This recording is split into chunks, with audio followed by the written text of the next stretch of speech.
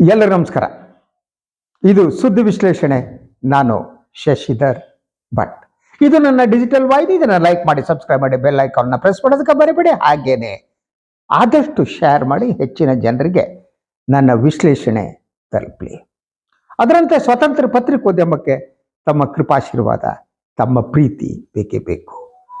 ಇವತ್ತು ನನ್ನ ಧ್ವನಿಯನ್ನು ಸ್ವತಂತ್ರವಾಗಿ ನಾನು ವ್ಯಕ್ತಪಡಿಸ್ತಾ ಇದ್ದೇನೆ. ಅದಕ್ಕೆ ಕಾರಣ ತಾವು.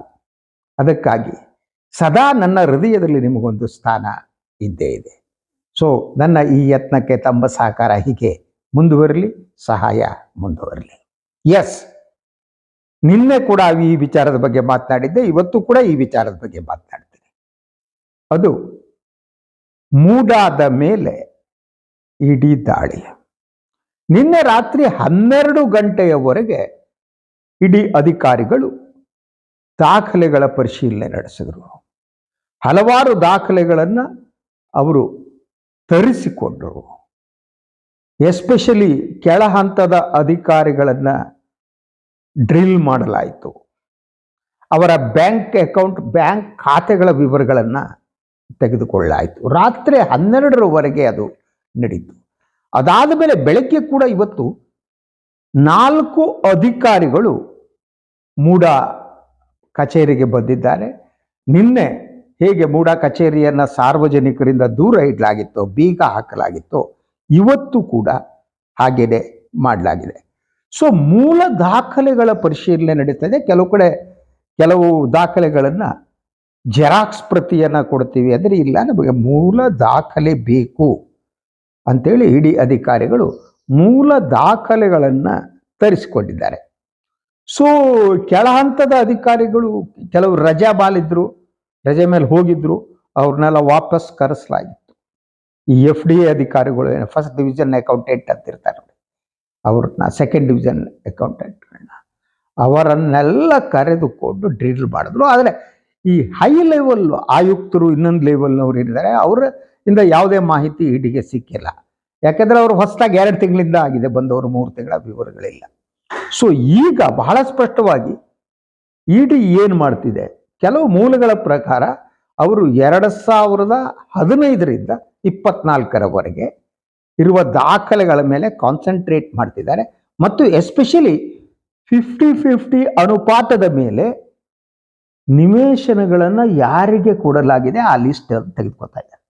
ಬಟ್ ಇದೆಲ್ಲದರ ನಡುವೆ ಅವರು ಕಾನ್ಸಂಟ್ರೇಟ್ ಮಾಡ್ತಾ ಇರುವುದು ಸಿದ್ದರಾಮಯ್ಯ ಅವರ ಪ್ರಕರಣವನ್ನು. ಅವರ ಹೆಂಡತಿ ಏನಿದ್ದಾರೆ ಅವರಿಗೆ ಸಂಬಂಧಪಟ್ಟ ಹಾಗೆ ಇಡೀ ಅಧಿಕಾರಿಗಳು ಪ್ರಮುಖವಾಗಿ ದಾಖಲೆಗಳ ಪರಿಶೀಲನೆ ಮಾಡ್ತಿದ್ದಾರೆ. ಅಂದರೆ ಒಂದು, ಮೊದಲು ಬಂದ ಭೂಮಿ ಹೇಗೆ ಪಾರ್ವತಿ ಅವರಿಗೆ ಬಂತು, ಅವರ ಸಹೋದರ ಅದನ್ನೇನು ಕೊಟ್ಟರು, ಅದಕ್ಕೂ ಮೊದಲು ಯಾರ್ದಾಗಿತ್ತು, ಹೇಗೆ ಬಂತು, ಅದರ ದಾಖಲೆಗಳೇನು, ಹೇಗೆ ಇಡೀ ಈ ಒಂದು ಭೂಮಿ ಅವರಿಗೆ ಬಂದದ್ದು ಪಾರ್ವತಿ ಅವರಿಗೆ.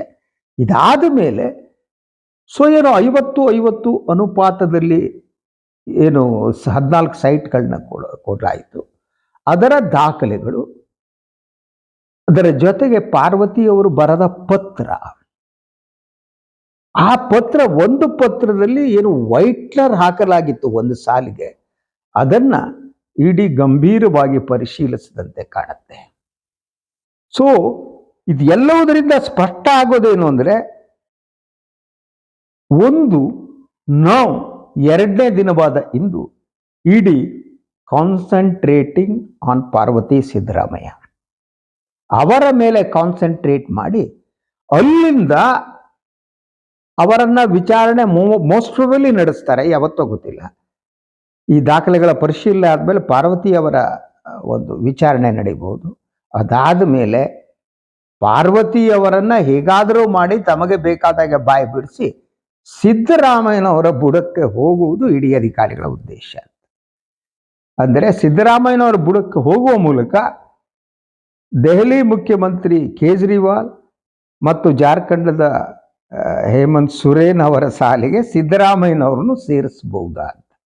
ಆದರೆ ಇಡಿಗಿರುವ ಬಹುದೊಡ್ಡ ಸಮಸ್ಯೆ ಅಂದರೆ, ಇದರಲ್ಲಿ ದುಡ್ಡಿನ ವ್ಯವಹಾರ ನಡೆದಿರಬೇಕಾದ ದಾಖಲೆ ಬೇಕು ಅವರಿಗೆ, ಅಥವಾ ಹೇಳಬೇಕು. ಆ ಕಾರಣಕ್ಕಾಗಿ ಕೆಳ ಹಂತದ ಅಧಿಕಾರಿಗಳೇನಿದ್ದಾರೆ, FDA SDA ಅಧಿಕಾರಿಗಳೇನಿದ್ದಾರೆ, ಅವರ ಬ್ಯಾಂಕ್ ಖಾತೆಗಳ ವಿವರವನ್ನು ಕೂಡ ಇಡಿ ಅಧಿಕಾರಿಗಳು ತೆಗೆದುಕೊಂಡು ಪರಿಶೀಲನೆ ಮಾಡ್ತಿದ್ದಾರೆ. ಅಂದ್ರೆ ಯಾವ್ಯಾವ ಹಂತದಲ್ಲಿ ಅವರ ಸಂಬಳ ಅಲ್ಲದೆ ಬೇರೆ ಹಣ ಅವರ ಅಕೌಂಟಿಗೆ ಬಂದಿದ್ಯಾ, ಹಾಗೆ ಬಂದಿದ್ರೆ ಅದರಲ್ಲಿ ಯಾರ್ಯಾರು ಆ ಹಣವನ್ನು ಹಾಕಿದವ್ರು ಯಾರು, ಸಿದ್ದರಾಮಯ್ಯ ಕುಟುಂಬಕ್ಕೆ ಏನಾದರೂ ಇದು ಸಂಬಂಧ ಇದೆಯಾ? ಸೊ ಅಂದ್ರೆ ಅವರ ತನಿಖೆಯ ಹಾದಿ ಬಹಳ ಸ್ಪಷ್ಟವಾಗಿದೆ. ಒಂದು, ಮೂಡಾದಲ್ಲಿ 5,000 ಕೋಟಿ ಏನು ಅವ್ಯವಹಾರ ನಡೆದಿದೆ ಅನ್ನೋ ಆರೋಪ, 1,000 ಕೋಟಿ ನಡೆದಿದೆ ಅನ್ನುವ ಆರೋಪ ಏನಿದೆ, ಇಡೀ ಈ ಆರೋಪದ ಕುರಿತು ಇಡಿ ತನಿಖೆ ನಡೆಸ್ತಾ ಇದ್ದಂತೆ ಕಾಣ್ತಾ ಇಲ್ಲ. ಇನ್ ನೆಕ್ಸ್ಟ್ ಅದು ಚೇಂಜ್ ಆಗ್ಬೋದು. ಬಟ್ ಇಡಿ ಈಗ ತನಿಖೆ ಮಾಡ್ತಾರೆ, ದೇ ಆರ್ ಕಾನ್ಸಂಟ್ರೇಟಿಂಗ್ ಅಂತ ಸಿದ್ದರಾಮಯ್ಯ. ಆದ್ರೆ ಸಿದ್ದರಾಮಯ್ಯ ಕಾನ್ಸಂಟ್ರೇಟ್ ಮಾಡ್ತಾ 2015 ನಂತರ ಮೂಡ ಯಾವ ಸೈಟು ನಿವೇಶನ ಕೊಟ್ಟಿದೆ ಆ ವಿವರವನ್ನ ತೆಗೆದುಕೊಂಡು ಪರಿಶೀಲನೆ ಮಾಡಿದ್ರೆ ಆವಾಗ ಎಲ್ಲ ರಾಜಕೀಯ ಪಕ್ಷಗಳ ಸಮಸ್ಯೆ ಸಿಕ್ಕಾಕತ್ತೆ. MLAಗಳಿಗೆ ಸಿಕ್ಕಾಗತ್ತೆ, JDS BJP ಕಾಂಗ್ರೆಸ್. ಅದು ಪಕ್ಷ ಭೇದ ಇಲ್ಲದೆ ಈ 3 ರಾಜಕೀಯ ಪಕ್ಷಗಳ ಮೈಸೂರು ನಾಯಕರ ಬುಡಕ್ಕೆ ಮೆಣಸಿನಕಾಯಿ ಇಟ್ಟಂಗೆ ಆಗುತ್ತೆ. ಯಾಕೆಂದ್ರೆ ಈ ಶಿಫಾರಸು ಪತ್ರಗಳೇನಿವೆ ಆ ವಿವರವನ್ನು ಕೂಡ ಇಡಿ ಅಧಿಕಾರಿಗಳು ಪಡೆದಿದ್ದಾರೆ ಅಂತ ಹೇಳಲಾಗ್ತಾ ಇದೆ. ಅಂದ್ರೆ ಯಾರ್ಯಾರು ಶಿಫಾರಸು ಪತ್ರಗಳನ್ನ ಸೈಟ್ ಬಗ್ಗೆ ಮತ್ತು 50-50 ಅನುಪಾತದಲ್ಲಿ ಏನು ನಿವೇಶನಗಳನ್ನ ಬದಲಿ ನಿವೇಶನಗಳನ್ನ ಕೊಡಲಾಗಿದೆ, ಇದಕ್ಕೆ ಯಾರ್ಯಾರು ಪತ್ರಗಳನ್ನ ಬರೆದಿದ್ದಾರೆ, ಯಾರ್ಯಾರು ಇನ್ಫ್ಲೂಯೆನ್ಸ್ ಮಾಡಿದ್ದಾರೆ, ಈ ವಿವರವನ್ನ ಇಡಿ ಅಧಿಕಾರಿಗಳು ಸಂಗ್ರಹಿಸಿದ್ದಾರೆ ಅನ್ನುವ ಮಾಹಿತಿ ಇದೆ. ಇದು ನಿಜವಾಗಿ ಅದು ಡೀಪ್ ಆಗಿ ಹೋದ್ರೆ ಆಗ 3 ಪಕ್ಷದ ನಾಯಕಗಳು ಸಿಕ್ಕಾಕತ್ತಾರೆ, ಇಲ್ಲಿ MLAಗಳು ಸಿಕ್ಕಾಕತ್ತಾರೆ. ಆದ್ರೆ ಇಡಿ ಅಧಿಕಾರಿಗಳು ಅದಕ್ಕೆ ಹೋಗ್ತಾರ ಅಂತ, ಯಾಕಂದ್ರೆ ಅವ್ರ ಟಾರ್ಗೆಟ್ ಬೇರೆ ರೀತಿ ಕಾಣ್ತಾ ಇದೆ ನಮಗೆ. First they are concentrating on Siddaramaiah ಪ್ರಕರಣ. ಸಿದ್ದರಾಮಯ್ಯ ಪ್ರಕರಣದಲ್ಲಿ ಏನಾದರೂ ಮಾಡಿ ಹಣಕಾಸಿನ ವ್ಯವಹಾರ ನಡೆದಿದೆ ಅನ್ನೋದು ಪ್ರೂವ್ ಮಾಡಬೇಕಾಗಿದೆ. ಸೊ ಆ ಕಾರಣಕ್ಕಾಗಿ ಅವರು ಈ ಭೂಮಿ ಅವ್ರು ನೋಡಿ ಅವ್ರು ಯಾವ ರೀತಿ ಮಾಡ್ತಿದ್ದಾರೆ, ಈ ಭೂಮಿ ಪಾರ್ವತಿಯವರಿಗೆ ಹೇಗೆ ಬಂತು, ಪಾರ್ವತಿಯವರ ಸಹೋದರ ಅದನ್ನ ಹೇಗೆ ಪಡೆದುಕೊಂಡ. ಸೊ ಈ ಪ್ರಶ್ನೆಗಳು ನೀಡುವ ಮೂಲಕ ದಾಖಲೆಗಳ ಪರಿಶೀಲನೆ, ಅದರ ಜೊತೆಗೆ ಯಾವ್ಯಾವ ದಾಖಲೆಗಳಲ್ಲಿ ಏನು ವ್ಯತ್ಯಾಸ ಇದೆ, ಪಾರ್ವತಿಯವರ ಮೇಲೆ ಒತ್ತಡವನ್ನ ಹೇರುವ ಮೂಲಕ ಸಿದ್ದರಾಮಯ್ಯನವರ ಬಳಿ ತಲುಪುವಂಥದ್ದು. ಅಂದ್ರೆ ಪಾರ್ವತಿ ಅವ್ರ ಕೈ ನಂಗೆ ಗೊತ್ತಿಲ್ಲ, ಇದನ್ನೆಲ್ಲ ನಮ್ಮ ಯಜಮಾನರೇ ಮಾಡಿದ್ದು ಅಂತ ಹೇಳಿಸ್ಬಿಟ್ರೆ ಸಾಕು ಅವ್ರಿಗೆ. They want that. ಇದು ನನ್ನ ಯಜಮಾನರೇ ಮಾಡಿಸಿದ್ದು, ನಂಗೇನೂ ಗೊತ್ತಿಲ್ಲ. ಸೊ ಯಾರ ಪತ್ರ ಬರೆದ್ರು, ಹೇಳಿದ್ವಿ, ಕೊಟ್ವಿ.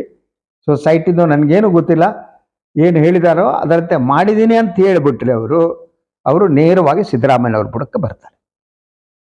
ಅವರು ಸಿದ್ದರಾಮಯ್ಯನವ್ರ ಬುಡಕ್ಕೆ ಬಂದರೆ ಅವರನ್ನ ವಿಚಾರಣೆ ಮಾಡಬೇಕಾಗುತ್ತೆ.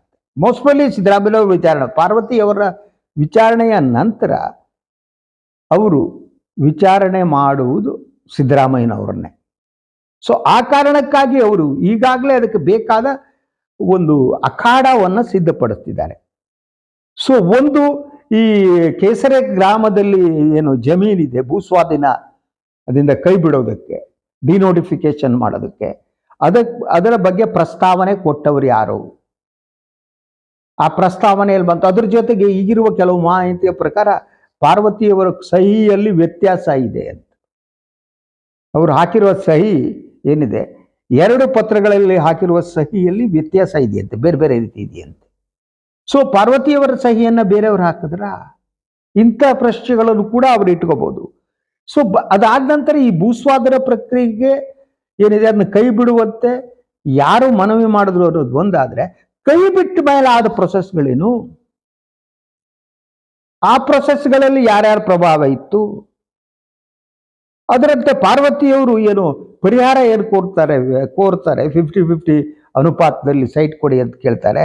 ಅವರೇನು ಆ ಮನವಿಯನ್ನು ಸಲ್ಲಿಸ್ತಾರೆ, ಆ ಮನವಿ ಪತ್ರದಲ್ಲಿ ಏನಾದ್ರು ವ್ಯತ್ಯಾಸಗಳಿವೆ, ಈ ಎಲ್ಲ ವಿಚಾರಗಳನ್ನ ಇಡಿ ಅಧಿಕಾರಿಗಳು ಈಗ ತನಿಖೆ ಮಾಡ್ತಿದ್ದಾರೆ, ಇವತ್ತು ನಡೀತಾ ಇದೆ.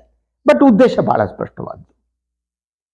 ಒಂದು, ನಾನು ನಿನ್ನೆ ಹೇಳಿದ್ದೆ ತಮಗೆ, ಸಿದ್ದರಾಮಯ್ಯನವ್ರದ್ದು ಒಂದು ಚಕ್ರವ್ಯೂಹ ರಚಿಸಲಾಗಿದೆ ಅಂತ. ಈ ಚಕ್ರವ್ಯೂಹ ರಚಿಸುವುದರಲ್ಲಿ ಕೇಂದ್ರ ಗೃಹ ಸಚಿವ ಅಮಿತ್ ಶಾ ಹಾಗೂ ನಮ್ಮವರೇ ಆದ ಕೇಂದ್ರ ಸಚಿವ ಕುಮಾರಣ್ಣನವರ ಪಾತ್ರ ಇರಬೇಕು ಅನ್ನುವ ಸಂಶಯವನ್ನು ನಾನು ವ್ಯಕ್ತಪಡಿಸಿದ್ದೆ. ಈಗ ಅದು ಪ್ರೂವ್ ಆಗ್ತಿದೆ. ಯಾಕೆಂದ್ರೆ ಇಡಿ ತನಿಖೆ ಮಾಡುವುದಿದ್ರೆ ಮೂಢ ಹಗರಣ ಸಂಪೂರ್ಣವಾಗಿ ಸಮಗ್ರವಾಗಿ ತನಿಖೆ ಮಾಡಬೇಕು. ಅದು ಬಿಟ್ಟು ಇದು ಒಂದೇ ಪ್ರಕರಣವನ್ನ ಇಟ್ಟು ಉಳಿದ ಪ್ರಕರಣಗಳಲ್ಲಿ JDS BJP ಶಾಸಕರು ಇರಬಹುದು, ಅವ್ರನ್ನ ಮುಟ್ಟಬಾರದು, ತಟ್ಟಬಾರದು ಅಂತ ತನಿಖೆ ಮಾಡಿದರೆ ಆವಾಗ ಇದು ಪ್ರೂವ್ ಆಗುತ್ತೆ. ಅವರ ಉದ್ದೇಶ ಬಹಳ ಸ್ಪಷ್ಟವಾದ್ದು, ಗುರಿ ಸಿದ್ದರಾಮಯ್ಯ. ಆದ್ರಿಂದ ಸಿದ್ದರಾಮಯ್ಯನವರು ಏನಾದರೂ ಒಂದು ಸಣ್ಣ ತಪ್ಪು ಮಾಡಿದರೆ ಅವರು ಈ ಚಕ್ರವ್ಯೂಹದಿಂದ ಹೊರಬರಕ್ಕಾಗಲ್ಲ. Not it all possible. ಅಂತಹ ಚಕ್ರವ್ಯೂಹವನ್ನು ರಚಿಸಲಾಗ್ತಾ ಇದೆ. ಸೊ ಯಾವುದೋ ಅಧಿಕಾರಿಗಳು ಏನಿದ್ದಾರೆ, ಯಾರು ಡ್ರಿಲ್ ಮಾಡ್ತಿದ್ದಾರೆ, ಅವ್ರ ಅಕೌಂಟಿಗೆ ಏನು ಹಣ ಎಕ್ಸ್ಟ್ರಾ ಹೋಗಿರುತ್ತೆ, ನನಗನ್ಸಾಗ ಸಿಕ್ಕಾಕತ್ತಾರೆ. ಯಾಕಂದ್ರೆ ಈ ಮೂಡಾದಂಥದ್ರಲ್ಲಿ BDA ಅಂತದ್ದು ಇರುತ್ತೆ ನೋಡಿ, ಅಲ್ಲಿರೋ ಈ ಸೆಕೆಂಡ್ ಡಿವಿಷನ್ ಕ್ಲರ್ಕು ಲೆಕ್ಕಾಧಿಕಾರಿಗಳು ಕಾಸಿಂದ ವ್ಯವಹಾರ ಮಾಡಲಿ, ಯಾರ್ಯಾರೋ ಕೊಟ್ಟಿರ್ತಾರೆ, ಯಾರ್ಯಾರೋ ಮಾಡ್ತಿರ್ತಾರೆ. ಈಗಂತೂ ಈ ಗೂಗಲ್ ಪೇ ಇನ್ನೊಂದು ಪೇ ಬಂದಿದೆಯಲ್ಲ, ಪಡಕ್ ಅಂತ ಒಂದು ಗೂಗಲ್ ಪೇ ಮಾಡಿಸ್ಕೊಬಿಡ್ತಾರೆ. ಇಂಥದ್ದಲ್ಲಿ ನಡೀತಾ ಇರ್ತವೆ. ಸೊ ಇದು ಯಾರಿಂದ ಬಂದಿದೆ ಅನ್ನೋದು ಏನಿದೆ ಅದು ತನಿಖೆ ಮಾಡೋದು ಒಂದು. ಆದರೆ ಸಿದ್ದರಾಮಯ್ಯ ಮತ್ತು ಅವ್ರಿಗೆ ಸಂಬಂಧಪಟ್ಟವ್ರಿಗೆ ಬಂದಿದೆಯಾ ಅಂತ ಏನು ಪತ್ತೆ ಮಾಡೋದಷ್ಟೇ ಇಡಿ ಕೆಲಸ ಆದಂತ. ಅದು ಏನಾದರೂ ಇಡಿಗೆ ಬೇಕಾದಂಥ ಮಾಹಿತಿ ಸಿಕ್ಕರೆ ಅವಾಗ ಸಿದ್ದರಾಮಯ್ಯ ಟ್ರಬಲ್. ಅದರ ಜೊತೆಗೆ ಪಾರ್ವತಿಯವರನ್ನ ಬಾಯಿ ಬಿಡಿಸುವುದಕ್ಕೆ ಏನು ವಿಚಾರಣೆ ನಡೆಸಿದರೆ ಅವರು ಮುಗ್ಧ ಹೆಣ್ಣು ಮಗಳು, ನನಗೆ ಅವ್ರ ಬಗ್ಗೆ ಪಾಪ ಅಂತ ಅನಿಸುತ್ತೆ. ರಾಜಕೀಯ ಗೊತ್ತಿಲ್ಲ, ಇನ್ನೊಂದು ಗೊತ್ತಿಲ್ಲ, ತನ್ನ ಕುಟುಂಬವನ್ನು ಅವರು ನೋಡಿಕೊಂಡು ಬಂದವರು. ನಮ್ಮಲ್ಲಿ ಸಾಧ್ವಿ ಅಂತಾರೆ, ಪತಿಪರಾಯಣೆ ಅಂತಾರೆ, ಮನೆಯಿಂದ ಹೊರಗೆ ಬಂದವರಲ್ಲ, ಒಂದು ದಿನ ಗಂಡನ ಎದುರು ನಿಂತ್ಕೊಂಡವಳಲ್ಲ. ಒಂದು ಫೋಟೋ ಸಿದ್ದರಾಮಯ್ಯ ಅವ್ರ ಹೆಂಡತಿ ಇರೋದು ತೋರಿಸ್ಕೊಡಿ ನನಗೆ. ನೋ, ಯೂಶುವಲಿ ಎಲ್ಲರೂ ಕೂಡ ಮುಖ್ಯಮಂತ್ರಿ ಆಗಬೇಕಾದ್ರೆ ಅವರ ಹೆಂಡತಿಯನ್ನ ಕರ್ಕೊಬರ್ತಾರೆ. ಕೆಲವರು MLA ಮಾಡ್ತಾರೆ. ಈ ಕುಮಾರಣ್ಣ ಆರೋಪ ಮಾಡೋರು ಅವರ ಹೆಂಡತಿಯನ್ನು MLA ಮಾಡಿ ಎಲ್ಲ ಮಾಡಿಬಿಟ್ಟು ಏನೇನು ಮಾಡ್ಬೇಕೋ ಮಾಡ್ತಾರೆ. ಇದದು ಇಲ್ವಲ್ರಿ ಪಾಪ. ಅದಕ್ಕೆ ನನಗೆ ಬೇಸರ ಆಗೋದು. ಆ ಮುಗ್ಧ ಹೆಣ್ಣು ಮಗಳು ಅವರಿಗೆ ಕೊಡಬೇಕಾದ್ರೆ ಅವ್ರಿಗೇನು ಅವ್ರ ಸಹೋದರ ಲ್ಯಾಂಡ್ ಕೊಟ್ಟರು, ಇನ್ನೊಂದು ಮಾಡಿದ್ರು. ಆ ವ್ಯವಹಾರಗಳ ಬಗ್ಗೆ ನಾನು ಮಾತನಾಡೋಕ್ಕೆ ಹೋಗಲ್ಲ. ಅದರಲ್ಲಿ ಯಾರಿದ್ದಾರೆ ನಾನು ಮಾತಾಡೋಕ್ಕೆ ಹೋಗಲ್ಲ. ನನಗೆ ಗೊತ್ತಿಲ್ಲ, ನನಗೆ ಗೊತ್ತಿಲ್ಲದಿರೋ ವಿಚಾರದ ಬಗ್ಗೆ ಮಾತಾಡೋಣ ನಾನು. ಆದರೆ ಹೆಣ್ಣುಮಗಳ ಪಾಪ, ಒಂದು ನಿಮಿಷ ಯೋಚನೆ ಮಾಡಿ. ಹೋಗ್ಬಿಟ್ಟು ನಿಮ್ಮ ರಾಜಕೀಯ ಕಾರಣಕ್ಕಾಗಿ ಆ ಹೆಣ್ಣು ಮಗಳನ್ನ ಬಲಿ ಕೊಡ್ತೀರೇನ್ರಿ? ಯೋಚನೆ ಮಾಡಿ ಸನ್ಮಾನ್ಯ ಕುಮಾರಣ್ಣವರೇ, ನೀವೆಲ್ಲ ಸೇರಿ ಏನು ನಿಮ್ಗೆ ಸಿದ್ದರಾಮಯ್ಯನವ್ರು ಸಿಟ್ಟಿದ್ರೆ ಫೈಟ್ ಮಾಡಿ, ಐ ಹ್ಯಾವ್ ನೋ ಇಶ್ಯೂ, ಮಾಡಬೇಕು. ಅಥವಾ ಸಿದ್ದರಾಮಯ್ಯ ಮಾಡ್ತಾ ಇರೋದೆಲ್ಲ ಬಹಳ ಕರೆಕ್ಟ್ ಆದ್ದು ಅನ್ನೋ ವಾದವನ್ನು ಕೂಡ ನಾನು ಮಾಡಲ್ಲ. ರಾಜಕಾರಣದಲ್ಲಿದ್ದವರು ನೀವೆಲ್ಲ ಒಂದೇ, ನಿಮ್ಗೆ ಬೇಕಾದಾಗ ಒಳ್ಳೆಯವರು, ಬೇಡದಿದ್ದಾಗ ಇಲ್ಲ, ಇದು ನಿಮ್ಮ ವ್ಯವಹಾರ. ಆದರೆ ಆ ಹೆಣ್ಣುಮಗಳನ್ನ ಏನ್ರಿ ಮಾಡಿದ್ದಾಳೆ, ಆ ತಾಯಿ ಏನ್ರಿ ಮಾಡಿದ್ದಾಳೆ? ರಾಜಕೀಯ ಒಂದು ಸೈಟ್ ಅಪ್ಪ ಯಾರೋ ಕೊಟ್ಟಿದ್ದಕ್ಕೆ ತಗೊಂಡ್ರು. ಅದಕ್ಕೆ ಉಳಿದವ್ರ ಕುಟುಂಬದವ್ರು ಏನು ಪಾತ್ರ ಇದೆಯೋ ಗೊತ್ತಿಲ್ಲ ನನಗೆ. ಆಗ ಸಿದ್ದರಾಮಯ್ಯನವರ ಮೊದಲ ಭಾಗ ರಾಕೇಶ್ ಕೂಡ ಇದ್ದರು, ಅವರು ದೊಡ್ಡ ರಾಜಕಾರಣಿ ಆಗೋ ಲಕ್ಷಣ ಇತ್ತು. ಅವ್ರು ಯಾರು ಪಾತ್ರ ಇದೆಯೋ ನನಗೆ ಗೊತ್ತಿಲ್ಲ, ನಾನು ಮಾತನಾಡಲ್ಲ, ತಪ್ಪಾಗುತ್ತೆ ನಾನು ಮಾತಾಡಿದೆ. ಆದರೆ ಆ ಹೆಣ್ಣು ಮಗಳಿಗೆ ಕೊಡೋ ನೋವಿದೆಯಲ್ಲ, ಆ ಪಾರ್ವತಿಯವರಿಗೆ ಪಾಪ ಎಂದೂ ಕೂಡ ತನ್ನ ಗಂಡನ ಅಧಿಕಾರವನ್ನು ಅನುಭವಿಸಿ ವಿಜೃಂಭಿಸಿದವರಲ್ಲ ಅವರು. ಅವರು ತಮಗಾಗಿ ಏನೂ ಮಾಡಿಲ್ಲ. ಆ ಹೆಣ್ಣು ಮಗಳು ಕಣ್ಣೀರು ಹಾಕಿಸಿದರೆ ಯಾರಿಗೂ ಒಳ್ಳೇದಾಗಲ್ಲ ಅಂತ ನಂಬಿದವ್ರು ನಾನು. ಎನಿವೆ, ಇದಾಗಿತ್ತು ಇವತ್ತಿನ ಸುದ್ದಿ ವಿಶ್ಲೇಷಣೆ. ಇನ್ನೊಂದು ವಿಚಾರದೊಂದಿಗೆ ಮತ್ತೆ ಬರ್ತೀನಿ. ನನ್ನ ವಾಹಿನಿಯನ್ನು ಲೈಕ್ ಮಾಡಿ, ಸಬ್ಸ್ಕ್ರೈಬ್ ಮಾಡಿ, ಬೆಲ್ ಐಕಾನ್ನ ಪ್ರೆಸ್ ಮಾಡೋದಕ್ಕೆ ಮರಿಬೇಡಿ. ಸಾಧ್ಯ ಆದರೆ ಸಹಾಯ ಮಾಡಿ. ಇವತ್ತಿನ ದಿನ ಎಲ್ಲರೂ ಒಳ್ಳೆಯದಾಗಲಿ. ನಮಸ್ಕಾರ.